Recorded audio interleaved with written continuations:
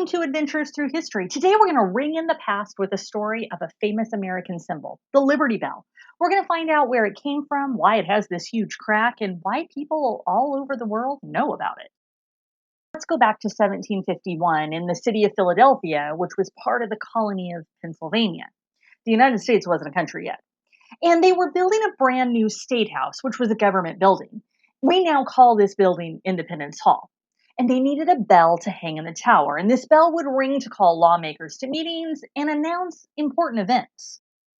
This bell was special. It would honor the 50th anniversary of William Penn's Charter of Freedom, which was the Pennsylvania colony's first constitution and allowed religious freedom to all the people. The bell was ordered from London, England, and the officials asked for a special message to be included. Part of that message said, "Proclaim liberty throughout all the land unto all the inhabitants thereof." Now, that specific message comes from the Bible, and it would soon mean so much to so many people. When the bell arrived in 1752, it was big. It weighed over 2,000 pounds. People wanted to hear what it sounded like, so they did a test ring. There were some major flaws with the structure, and it cracked and was unusable. So, two local metal workers named John Pass and John Stowe melted it down and made a brand new bell right in Philadelphia. Sadly, that bell broke too, but Pass and Stowe tried again, and this time it worked. You can actually see their names engraved in the Liberty Bell. 1776, something big happened right inside what we now call Independence Hall. The Declaration of Independence was signed, and a few days later it was read aloud to the public. According to legend, the bell rang on July 4th after the Continental Congress adopted the Declaration of Independence, and again on July 8th when it was read publicly for the first time. And this legend makes complete sense. But sadly, historically, we actually have no evidence whether it's true or not. And it didn't really become a symbol of liberty for many more years, but it was important to the city. During the American Revolution, patriots were worried the British Army would melt the bell down and use it for cannons. So they actually snuck it out of the city in 1777 to keep it safe. So let's talk about that big crack. Nobody knows exactly when it first happened, but it was sometime in the early 1840s. The city tried to repair it in 1846, and the crack we see today is actually the repair job. They widened the crack in a technique called stop drilling. Sadly, it didn't work. The bell was rung one last time in 1846 for George Washington's birthday, but it made the crack so much worse and the bell unusable. After that, the Liberty Bell was retired from ringing and in 1852 was moved from the tower to a small museum in Independence Hall.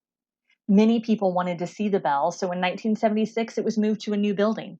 And that building soon was too small, and it was moved to an even larger building in 2003. More than 1 million people visit it every single year.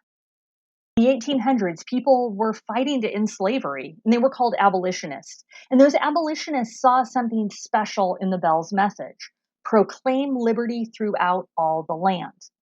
So they actually gave it the name we now know as the Liberty Bell.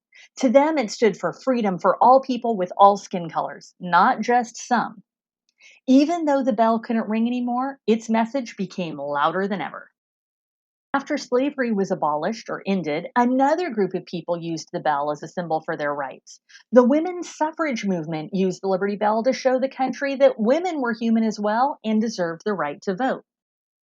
Now, actually, the Liberty Bell did not stay in Philadelphia the whole time. In the early 1900s, it actually traveled the country by train. It stopped in many cities, and huge crowds came out to see it. People waved flags, sang songs, and some even touched the bell for good luck.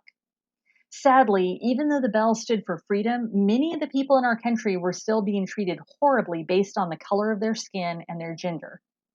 Eventually, it returned home to Philadelphia, and that's where you can see it today.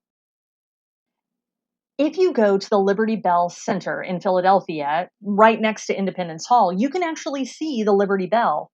Now, it doesn't ring anymore, and no one living has actually ever heard it ring, but it still speaks to us.